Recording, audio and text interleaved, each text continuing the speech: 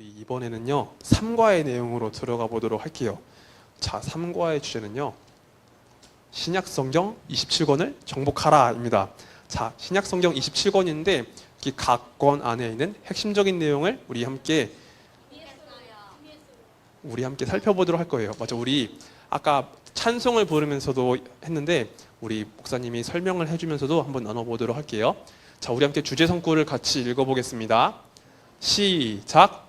이는 하나님의 사람으로 온전하게 하며 모든 선한 일을 행할 능력을 갖추게 하려 함이라. 아멘. 맞아요. 이 디모데후서 3장 17절 말씀 보면요, 성경이 우리에게 주는 그 유익에 대해서 이야기하고 있어요. 성경 안에는 하나님의 뜻이 나타나 있어요. 그렇기 때문에 우리는 성경을 통해서 하나님의 뜻을 배워가며 하나님의 사람으로서 더 온전하게 세워질 수 있답니다. 자, 저기 자꾸 집중 못하고 그러면 비타 500리터 양이 줄어들 수 있어요. 그러니까 조심해야 돼요. 알았죠? 자, 자, 우리 아까 손가락으로 함께 하나님 말씀을 맞아요. 분류했어요. 자, 우리 엄지척 따봉 하면은 어떤 말씀이었죠? 맞아요. 복음서, 예수님을 나타내는 복음서, 우리의 왕 되신 예수님을 나타내는 복음서였어요. 맞아요. 손가락, 이 엄지와 검지를 이용해서 이렇게 역사서를 표현했죠. 여러 지역을 가면서 복음을 전한 제자들, 사도들의 이야기를 전했기 때문에 역사서, 사도행전이었어요. 자, 그 다음 세 손가락을 사용해서 교회의 모양을 만들었죠.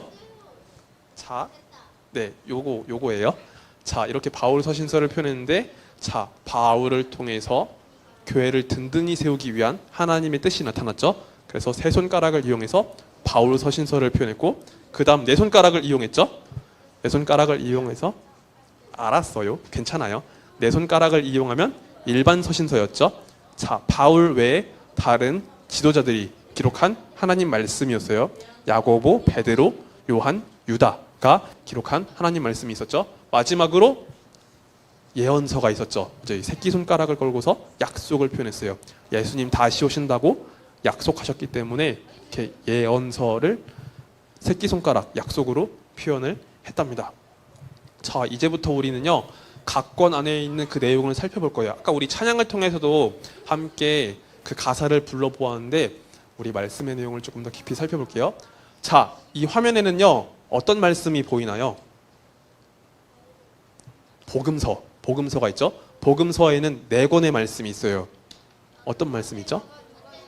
맞아요. 마태, 마가, 누가, 요한복음이 있어요.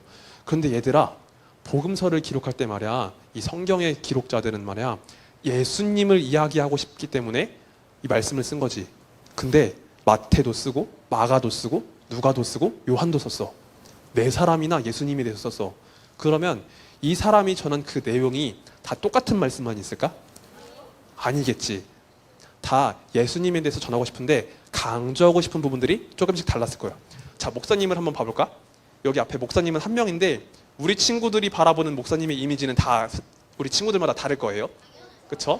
어떤 친구들을 맞아요. 자, 목사님 옷 색깔도 이렇게 다르게 기억을 할 수도 있고, 또 어떤 친구들은 목사님이랑 같이 있었던 그런 시간들이 조금 차이가 나는 친구들도 있죠. 6학년 친구들 다르고 5학년 친구들 다르고 4학년 친구들도 다를 거예요. 맞아요. 강도사님 때부터 본 친구들이 있죠. 자, 맞아요. 그렇기 때문에 우리 사람마다 어떤 한 대상을 본 그런 기억들이 조금씩 다를 수 있고 거기서 강조하고 싶은 내용이 조금씩 다를 수 있단 말이에요. 그래서 하나님은요 마태를 통해서도 마가를 통해서도 누가를 통해서도 요한을 통해서도 예수님의 모습에 대해서 설명을 하려고 있어요. 자, 가장 먼저 우리 마태복음을 볼까요? 마태복음에서 예수님은 어떤 모습으로 나와 있어요? 이제 왕. 마태복음은요 왕이신 예수님에 대해서 설명을 하고 있어요. 여러분, 예수님은요 누구의 자손으로 오셨죠? 다윗. 맞아요. 아브라함과 다윗의 계보 가운데 오신 예수님이죠. 여러분, 하나님은요 다윗에게 영원한 왕위를 주신다고 말씀하셨어요. 그렇죠? 그래서 그 영원한 왕위를 따라서 예수님께서 오신 거예요. 근데 마태복음의 특징으로는요 구약의 선지자들의 말씀을 되게 많이 인용을 했어요. 구약의 선지자들은 앞으로 오실 왕, 다윗의 자손으로 오실 그 왕에 대해서 설명하고 있거든요. 네. 우리가 생각하는 왕의 이미지랑 좀 다를 수 있어요. 하나님께서 보내주신 그 왕은요, 하나님 말씀으로써 우리를 다스리시는 왕이에요. 그러니까 세상에서 볼 때 막 병사들을 휘두르고 권력을 휘두르는 그런 왕이 아니에요. 자, 그래서 예수님은요, 구약의 선지자들이 예언한 그 다윗의 자손 왕의 모습으로서 오셨다는 것을 우리가 알 수 있어요. 그래서 마태복음을 읽을 때 선지자들의 예언을 되게 많이 인용을 했고요. 그리고 특별히 마태복음은 유대인들을 위한 복음서라고도 이야기해요. 유대인들은 구약 말씀에 너무나 익숙해져 있기 때문에 그들에게 오신 왕 예수 그리스도에 대해서 설명해주고 싶어서 유대인들의 관점에서 좀 서술한 그런 말씀이라고도 합니다. 어쨌든 마태복음은 왕이신 예수님에 대해서 소개를 하고 있어요. 자, 그 다음 마가복음은 어떤 내용을 담고 있을까요? 맞아요. 섬기는 종으로서의 예수님 모습을 보여주고 있어요. 여러분, 마가복음의 특징이 있어요. 마가복음은요, 다른 어떤 복음서보다도 장면들이 되게 자세하게 표현되어 있어요. 마치 우리가 드라마를 보는 것처럼 그런 장면들이 자세하게 소개되어 있는데 예수님과 제자들의 이야기도 많이 있거든요. 근데 예수님 말씀 앞에서 제자들은 어떤 모습을 보여줬을까요? 항상 잘했을까요? 아니에요. 제자들이 하나님 말씀 앞에서 부족한 모습들, 오히려 예수님의 질책을 받는 부분들, 이런 것들도 되게 자세하게 묘사가 돼 있어요. 그런데 예수님은 그런 제자들에게 가르치시고 꾸짖기도 하시지만 그런 제자들에게 말씀하셨어요. 그들을 위해서 섬김으로써 오신 예수님 모습에 대해서 말씀하셨고, 그리고 결국 십자가에 달려 돌아가실 그 모습에 대해서도 3번씩이나 말씀하시며 그 제자들을 주님 곁으로 이끄시는 예수님 모습이 있어요. 그래서 마가복음을 읽을 때 그런 제자들의 연약함에도 불구하고 그들을 이끄시는 섬김의 종으로서 오신 예수님 모습을 우리가 볼 수 있답니다. 자, 그 다음 누가복음은 어떤 그림이 있죠? 맞아요. 잃은 양을 찾으시는 예수님 모습이 있어요. 자, 아까 마태복음은 유대인들을 위한 복음서라고 했는데 반대로 누가복음은요, 이방인들을 위한 복음서라고도 표현을 해요. 누가복음 앞쪽에 보면은요, 데오빌로라는 사람에게 보낸 편지라는 것을 우리가 알 수 있거든요. 데오빌로는 딱 봐도 유대인이 아닌 것 같은 이름이에요. 데오빌로는요, 아마 유대인이 아니었던 이방인 혹은 로마 사람이었을 거예요. 누가는 이 데오빌로에게 먼저 복음을 전하고 싶어서 누가복음을 기록하게 되었답니다. 자, 그리고 누가복음 안에는요, 이스라엘 사람들, 유대인들 안에서만 구원받는 것이 아니라 수많은 이방인들, 하나님의 선택을 받은 그 이방인들에게도 복음이 전해지기를 원하는 마음으로 이 말씀이 기록되어 있어요. 그래서 잃은 양을 찾으시는 예수님의 마음이 이 누가복음 안에 잘 담겨 있어요. 자, 그리고 요한복음이 있죠.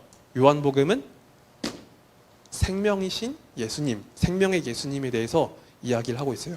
여러분, 요한복음 1장에 보면은요, 예수님 안에 생명이 있고 빛이 있다라는 표현을 해요.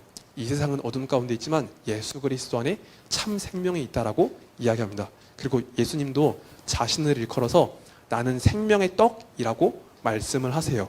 그래서 우리 요한복음을 통해서는 생명의 예수님에 대해서 우리가 알 수 있습니다. 자, 우리 4학년 친구들 조금만 더 집중해 주시면 좋을 것 같아요. 자, 그 다음, 자, 사도행전. 사도행전은 어떤 내용을 담고 있을까요? 맞아요. 사도들의 이야기가 담겨져 있죠. 자, 그래서 사도행전의 내용을 이렇게 요약해 보면 성령 강림과 교회의 시작이라고 이야기를 할 수 있어요. 자, 목사님이 오전 시간에도 이야기를 했는데, 자, 예수님께서 승천하시기 전에 제자들에게 말씀하셨죠. 예루살렘을 떠나지 말고 모여서 기도하라고 말씀하셨어요. 그리고 성령께서 보내주실 것을 기다리며 기도하라고 말씀하셨어요. 제자들은 그 말씀을 잊지 않고 함께 모여 기도를 했는데 오순절날 성령님이 임하셨어요. 여기 보면 하늘에서 불 같은 것이 임하는 것을 볼 수 있죠. 그리고 성령을 받은 그 제자들이 사도로서 이제 복음을 전파하게 돼요. 복음을 전파한 곳에 바로 예수님을 영접한 사람들이 생겨나고 교회가 세워지게 되죠. 그래서 사도행전은 성령 강림과 교회의 시작이라고 정리할 수 있습니다. 자, 우리 이렇게 듣기만 하면은 좀 지루할 수 있으니까 한번 같이 읽어볼까요? 성령 강림과 교회의 시작 같이 읽어볼게요. 시작. 성령 강림과 교회의 시작. 맞아요. 사도행전의 주제는 성령 강림과 교회의 시작입니다. 자, 그 다음으로 넘어가 봅시다. 자, 이것은 무엇인가요? 지도. 무슨 지도일까요? 맞아요. 로마 안에 있는 지도예요. 로마 제국의 영토는 이거보다 더 넓지만 자, 바울이 다녔던 곳을 집중적으로 이렇게 보여줄 수 있는 그런 지도예요. 자, 우리 바울 서신서의 순서대로 한번 볼게요. 가장 먼저 로마서가 있어요.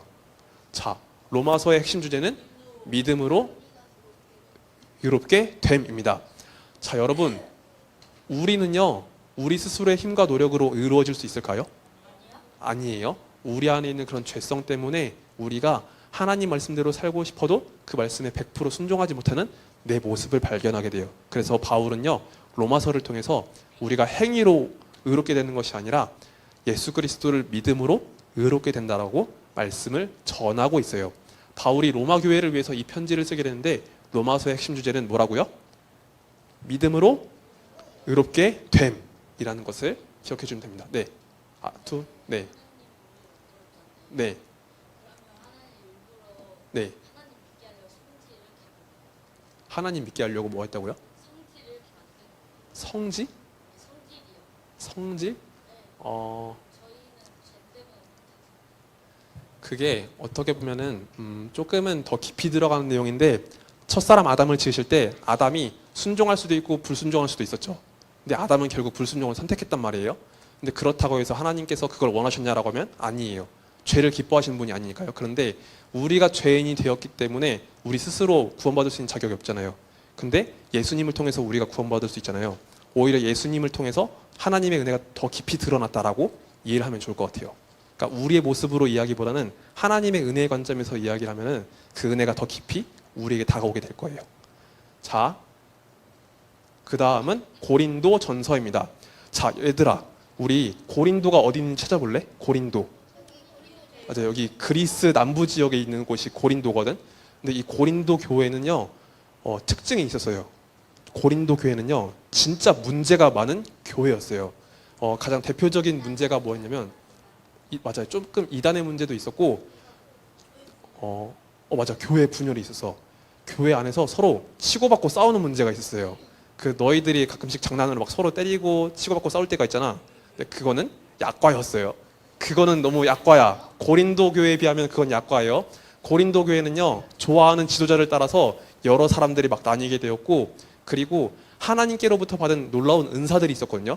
막 기적을 행한다거나, 기적이 아니고 방언을 행한다거나 예언을 한다거나 이런 여러 가지 은사들이 있었어요. 그래서 이것 가지고 누가 잘났다, 누가 못났다라는 것을 막 가리는 그런 교회였어요. 자, 이런 교회가 하나 되기가 쉬웠을까요? 어려웠을까요? 어렵겠죠? 서로 싸우고 누가 잘났냐를 가지고 논하는 교회이기 때문에 너무나 힘들고 어려운 교회였어요. 근데 바울은요, 이 고린도 전서를 통해서 우리에게 주신 최고의 은사를 설명해요. 그 은사는 뭘까요? 두 글자로 여기 있어요. 사랑. 맞아요. 예수님께서 보여주신 그 사랑을 따라서 사랑을 하는 것이 최고의 은사라고 설명을 해요. 그래서 고린도전서의 핵심 주제는 서로 사랑하라 라고 정리할 수 있답니다. 자, 그 다음 고린도 후서가 있어요. 고린도 후서의 핵심 주제는 맞아요, 하나님의 일꾼이라고 되어 있죠. 자, 고린도 교회는요, 사실 사도 바울과의 관계도 그렇게 막 좋지만은 못했어요.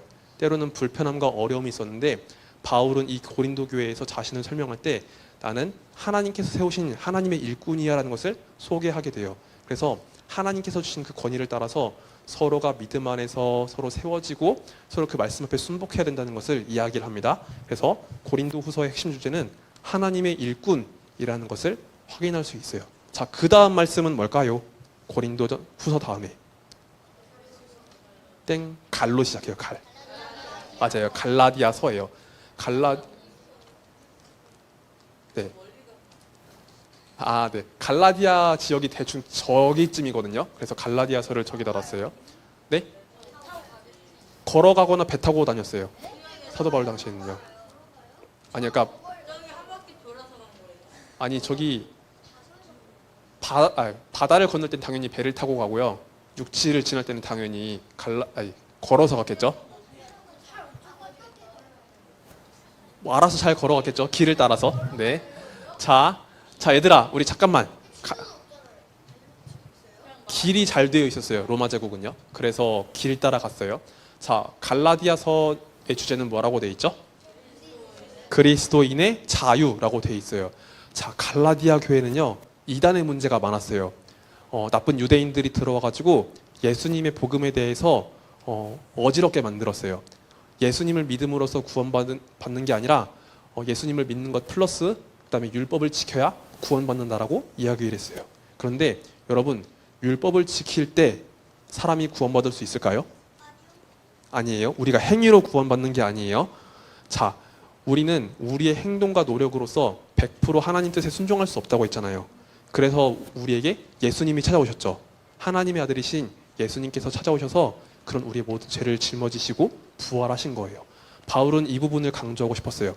우리의 행동, 우리의 노력으로 구원받는 것이 아니다. 우리가 만약 율법으로 돌아간다면 우리는 율법의 종이 된다. 그러니 우리가 다시 복음 앞에, 예수님 앞에 돌아와야 된다는 것을 이야기를 했어요. 그래서 오직 예수님 안에 참 자유가 있다는 것을 설명했습니다. 그래서 갈라디아서의 주제는 그리스도인의 자유예요. 자, 그 다음 들어갈 말씀은 무엇일까요? 맞아요. 에베소서. 에베소서예요. 자, 에베소서는요, 그리스도의 몸된 교회에 대해서 설명을 해요.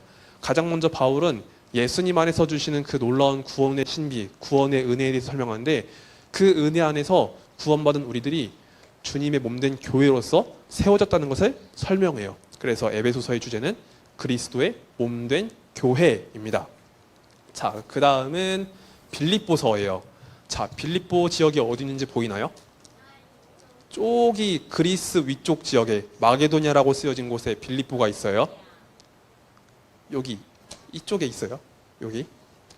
자, 여러분, 빌립보서를 썼을 때 바울은 지금 어디 있었을까요? 다시요.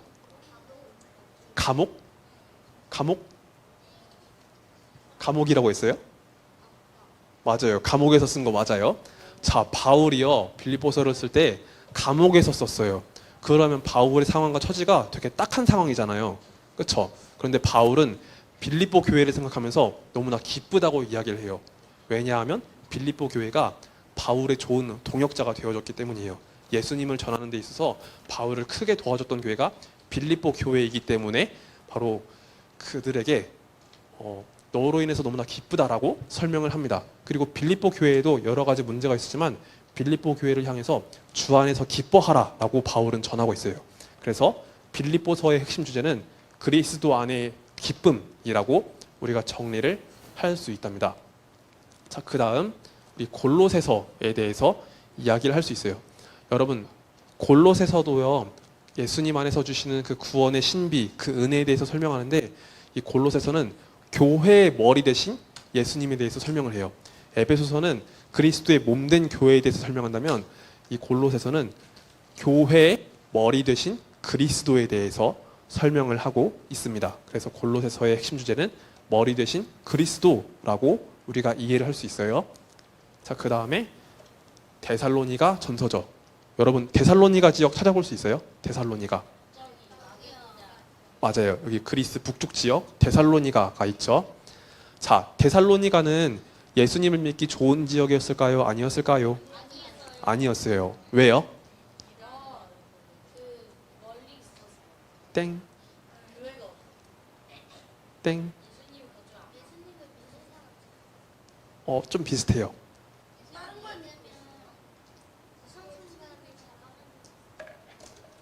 비슷해요. 예수님 믿는다는 이유로 되게 많은 괴롭힘을 당하는 지역이었어요. 그래서 데살로니가 지역은요, 예수님 믿기가 너무나 힘든 환경이었는데, 그런데 복음을 듣고서 이곳에 예수님 믿는 사람들이 생겼던 거예요.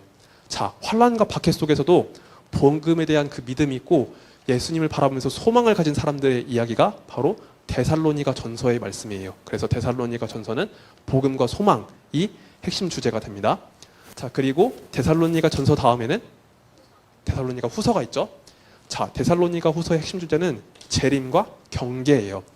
자, 현실의 그런 어려움이 너무나 크기 때문에 데살로니가 교회 사람들은요, 다시 오실 예수님에 대한 소망을 갖고 살았어요. 즉, 재림에 대한 소망을 갖고 살았어요.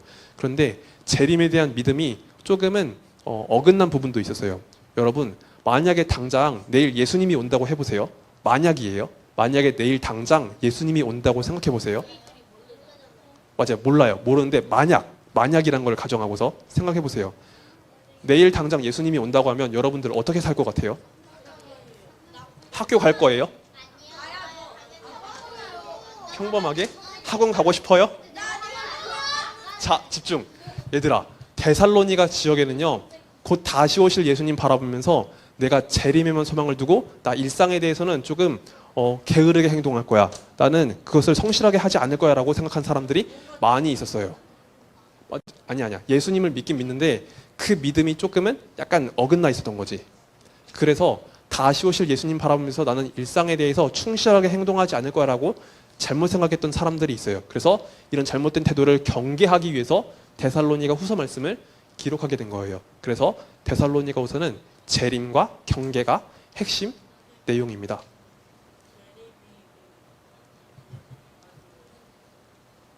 네. 네. 아니요, 예수님 오신 이후에 기록된 말씀이에요. 아직 안 오셨어요? 재림은 아직 안, 예수님 초림하신 때는, 예수님 초림하신 때는 뭐 학자들마다 조금 산정하는 게 약간 다르지만, 기원전 한 3년, 4년쯤으로 잡는 사람들도 있고, 그러니까 정확하게 따지면 그때라고 말하는 사람도 있고, 근데 달력상으로 따지면은 그냥 영년으로 잡는 게 훨씬 더 편하긴 해요. 자, 어쨌든 넘어가서, 자, 그 다음은 디모데 전서입니다. 자, 바울은 디모데에게 디모데 전서를 썼는데, 자, 교회의 지도자로서 갖춰야 될 것에 대해서 이야기를 해요. 자, 교회의 지도자는요, 하나님 앞에 경건함을 지켜야 된다라고 이야기를 하고 있고, 그래서 교회의 지도자가 어떤 모습을 갖춰야 되는지 설명을 해요. 그래서 디모데 전서는 경건과 지도자가 핵심 내용입니다. 자, 그 다음 디모데 후서의 핵심 내용은 뭐죠? 맞아요. 복음의 군사죠. 여러분, 우리 군대를 들어가게 되면요, 나라에 충성을 해야 되죠. 그렇죠? 근데 바울은요, 하나님 나라의 일꾼으로서 부름받은 우리의 모습에 대해서 이야기를 해요. 이것을 디모데에게 이야기를 해주는데, 주의 복음을 위해서 충성해야 된다라고 설명을 합니다. 그래서 디모데 후서의 말씀은 복음의 군사라는 것을 우리가 이해할 수 있어요. 자, 그 다음 디도서가 있죠. 자, 디도는요, 여기 그레데라고 쓰여 있는 곳 보이나요? 저기 섬에 보여요. 섬 지역에 그레데라고 되어 있는데 저쪽에서 이제 사역을 했어요. 자, 디도서는요, 건강한 교회가 그 핵심 주제예요. 디도서 말씀을 읽으면 하나님 말씀을 어지럽히는 자들에 대한 그런 경계에 대한 내용도 있고, 또 그리고 교회 일꾼들을 세우기 위한 여러 가지 기준들을 제시하고 있어요. 그래서 디도서는요, 건강한 교회가 핵심 주제라는 것을 우리가 살펴볼 수 있습니다. 자, 그리고 바울 서신의 마지막은 뭐가 있죠? 이제 빌레몬서예요. 빌레몬은 바울의 정말 좋은 동역자였는데 빌레몬의 종이었던 오네시모가 있어요. 오네시모가 빌레몬에게 나쁜 짓을 하고 도망갔어요. 탈주했어요. 그런데 어느 날 바울을 만난 거예요. 바울을 만나서 복음을 듣고 오네시모가 회심을 했어요.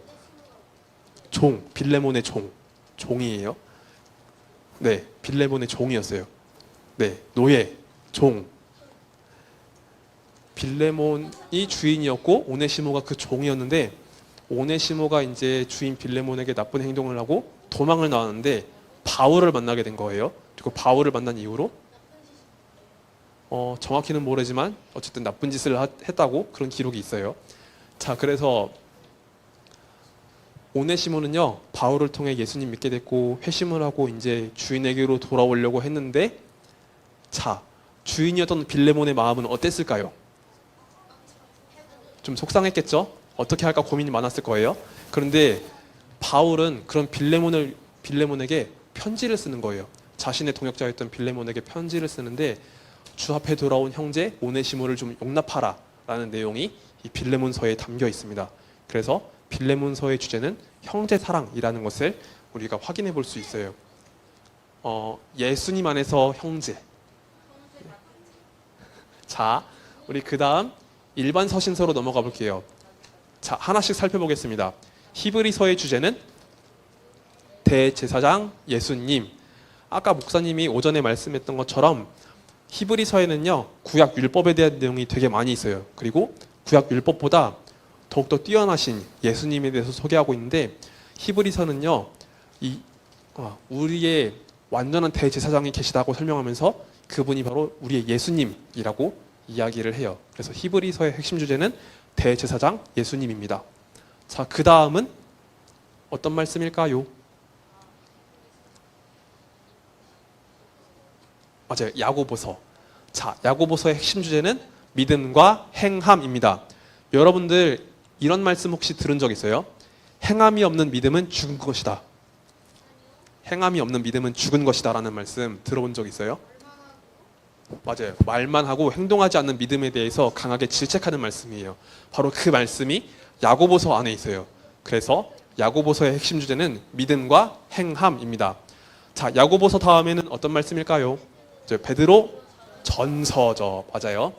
자, 베드로 전서는요, 목사님이 지난주에 설교를 했던 것 같은데 소아시아 지역에 있는 교회를 위해서 편지를 썼고요. 이 지역도 예수님 믿기가 좀 어려운 지역이었어요. 그래서 베드로 전서의 핵심 주제는 구원과 고난과 소망에 대해서 이야기를 하고 있답니다. 자, 그 다음 베드로 후서예요. 베드로 후서 말씀도 목사님이 올해 처음 설교를 하면서 이야기를 했던 것 같은데 신성한 성품에 참여하는 자가 되게 하기 위해서 말씀을 썼다고 한 거 기억나세요? 얼핏 들어봤을 거예요. 얼핏 들어본 기억이 있을 거예요. 자, 그 말씀을 보면은요, 보배로운 약속을 우리에게 주셨다라고 이야기를 해요. 보배롭고 지극히 큰 약속을 우리에게 주셨다고 설명하는데 바로 예수 그리스도 안에 있는 그 약속에 대해서 설명하고 있고 그것을 믿는 우리의 믿음에 대해서 이야기를 하고 있답니다. 그래서 베드로 후서는 보배로운 믿음이 핵심 주제예요. 자, 그 다음 요한 1서입니다. 요한 1서의 핵심 주제는 뭘까요? 사랑과 빛과 소망에 대해서 이야기를 네. 사랑과 빛과 신앙. 사랑과 빛과 신앙이에요. 자, 예수님 안에 사랑이 있고 예수님 안에 참 빛이 있으며 예수님 안에서 우리가 믿어야 된다라고 이야기를 하고 있어요. 자, 하나님께서 우리를 먼저 사랑하셨다고 고백을 하고 있고 우리는 예수님을 믿기 때문에 어둠에 행하지 않고 빛에 속한 자라고 이야기를 하고 있고 또 예수님을 그 믿는 믿음으로써 믿음에 따라서 행해야 된다라고 요한은 설명하고 있답니다. 다음은 맞아요. 요한 2서예요. 요한 2서는 참 진리에 대해서 설명하고 있어요. 요한 1서랑 요한 2서가 겹치는 내용이 있는데 이 당시에 이단들에 대한 내용도 있어요. 이단들을 경계하는 그런 내용도 있는데 목사님이 예전에 설교를 하면서 그런 말씀을 전한 적이 있어요. 영지주의란 단어 기억나세요? 영지주의? 맞아요. 성경고사 한 친구들은 기억날 거예요. 영지주의가 어떤 사람이었나요? 영적인 거는 되게 부각시키는데 반대로 육신적인 거를 나쁘게 취급하는 그런 사람이 있어요. 맞아요. 예수님께서 성육신하신 것을 부인하는 사람들이 있었어요. 그런 사람들에 대해서 경계하는 내용이 바로 요한 2서에 담겨 있어요. 그래서 우리가 믿어야 될 참 진리에 대해서 바로 강조를 하고 있어요. 요한 2서의 내용을 이렇게 알아주시면 되고요. 그 다음은 요한 3서예요. 자, 요한 3서의 핵심 주제는 뭐죠? 전도자 돕기입니다. 자, 우리 올해 4학년 친구들 신입생 환영회 때 목사님이 나눠준 말씀 기억나요? 자, 목사님이 다시 한번 읽어볼 테니까 한번 생각해 보세요. 사랑하는 자여, 내 영혼이 잘됨 같이 내가 범사에 잘되고 강건하기를 내가 간구하노라 라는 말씀을 이야기했었거든요. 신입생 환영회 때 이야기를 했어요. 자, 사도 요한이 가이오라는 사람에게 쓴 편지가 바로 요한 3서인데 가이오는요, 하나님 말씀을 전했던 전도자들을 되게 많이 도와줬던 사람이에요. 그래서 가이오에게 축복하는 메시지가 바로 요한 3서에 있습니다. 그래서 전도자 돕기가 요한 3서의 핵심 내용이에요. 자, 그 다음은 유다서입니다. 자, 유다서의 말씀도 이단에 대한 경고가 있어요. 그 당시에 복음을 어지럽혔던 그런 이단들에 대한 경고가 있습니다. 자, 지금까지 우리 일반 서신을 살펴봤고 마지막, 맞아요. 벌써 요한계시록이 왔네요. 자, 이분은 누구일까요? 사도 요한이에요. 맞아요. 근데 요한이 지금 어디에 있어요? 동굴. 맞아요. 동굴 안에 있는데 여러분 바깥에 뭐가 보이죠? 바다가 있는 것 같지 않아요? 요한은요 지금 반모섬이라는 곳에 유배되어 있어요. 사도 요한이 한 90세쯤 되었을 때 그때 반모섬이라는 곳에 유배가 된 거예요. 예수님을 믿는다는 이유로 지금 이렇게 나쁜 환경 속에 처하게 된 요한의 모습을 볼 수 있어요. 자, 얘들아, 잠깐만 한번 생각해 보자. 자, 사도 요한이 예수님을 믿고 전한다는 이유로 이렇게 섬에 유배가 되었는데, 그러면 다른 그리스도인들은 어땠을까요? 예수님 믿는 것이 쉬웠을까요? 어려웠겠죠. 맞아요. 예수님 믿는다는 이유로 여러 가지 박해와 고난을 받았을 거예요. 하나님은요, 이때 예수님을 믿었던 그 성도님들을 위해서 바로 요한을 통해서 요한계시록 말씀을 주신 거예요. 자, 그래서 요한계시록의 핵심 주제는 마지막 승리와 심판입니다. 예수님을 믿는 우리들의 삶에는요, 분명히 환난과 고난이 있을 거예요. 악한 마귀들이 우리를 괴롭힐 것이고, 세상의 권세들이 예수님 믿는 사람들을 힘들게 할 거예요. 하지만 예수님 분명히 말씀하셨어요. 주님 다시 오실 것이고, 예수님 믿는 사람들에게 최후의 승리가 주어지게 될 거라고 말씀을 하셨어요. 주님께서 마지막 심판을 하실 때 나의 죄를 버리고 예수님 믿고 살아가려고 하는 사람들은 영원한 천국, 새하늘과 새 땅에 살게 되지만, 예수님 믿지 않고 하나님 앞에 죄를 범하고 예수님을 떠난 사람들은요, 영원한 심판 가운데 처하게 된다는 것을 이야기하고 있어요. 그래서 현실 속에서는 어려움이 있을지라도 우리가 예수님을 믿고 승리해야 된다는 것을 바로 이 요한계시록 말씀을 통해서 강조하고 있습니다. 자, 우리 지금까지 복음서부터 요한계시록까지 그 핵심 주제를 한번 쭉 살펴봤어요. 되게 많이 있죠. 그리고 내 머릿속에 다 기억이 안 날 수도 있어요.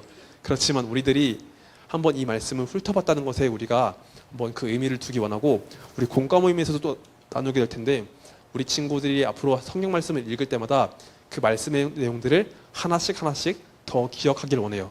그래서 이 말씀이 우리 친구들의 믿음 속에, 우리 친구들의 삶 속에 귀한 은혜로서 다가오기를 예수님의 이름으로 소망합니다. 자, 그럼 말씀 맺고 기도드릴게요. 자, 우리 다 마쳤어요. 얘들아, 우리 다 마쳤어. 우리 기도하고 마칠 거야. 기도하고 마칠 거예요. 두 손 모아서 기도합시다. 하나님 아버지, 감사드립니다. 오늘 말씀을 통해서 우리 성경 각 권의 핵심 내용, 핵심 주제에 대해서 살펴보았습니다. 하나님, 이것들을 다 담아내는 것이 우리의 실력과 우리의 지혜로서 어렵기 때문에 주님, 이 시간 주님의 도우심을 간구합니다. 하나님, 마태복음부터 요한계시록까지 신약성경 27권의 말씀을 우리가 잘 정리하고 이해할 수 있도록 주님께서 지혜를 더해 주시길 소망합니다. 하나님 말씀을 알아가는 데 있어서 기쁨을 주시고, 예수님 안에서 주시는 그 복음의 놀라운 능력과 하나님 말씀의 능력을 우리가 깨달아서 더욱더 주의 뜻대로 세워지는 우리 초등부 될 수 있도록 주께서 함께하여 주옵소서. 그래서 주님께서 말씀하신 대로 우리가 정말로 주님의 자녀로서, 하나님의 사람으로서 온전하게 세워지는 그 귀한 역사가 우리 가운데 나타나기를 간절히 소망합니다. 주님 감사드립니다. 이 모든 말씀 살아계신 우리 구주 예수 그리스도의 이름으로 기도드리옵나이다. 아멘. 자, 우리 함께 주기도문으로 마치겠습니다. 함께 주기도문 드립니다. 하늘에 계신 우리 아버지여, 이름이 거룩히 여김을 받으시오며 나라의 임하옵시며 뜻이 하늘에서 이루어진 것 같이 땅에서도 이루어지이다. 오늘날 우리에게 일용할 양식을 주옵시고, 우리가 우리에게 죄 지은 자를 사하여 준 것 같이 우리의 죄를 사하여 주옵시고, 우리를 시험에 들게 하지 마옵시고 다만 악에서 구하옵소서. 대개의 나라와 권세와 영광이 아버지께 영원히 있사옵나이다. 아멘.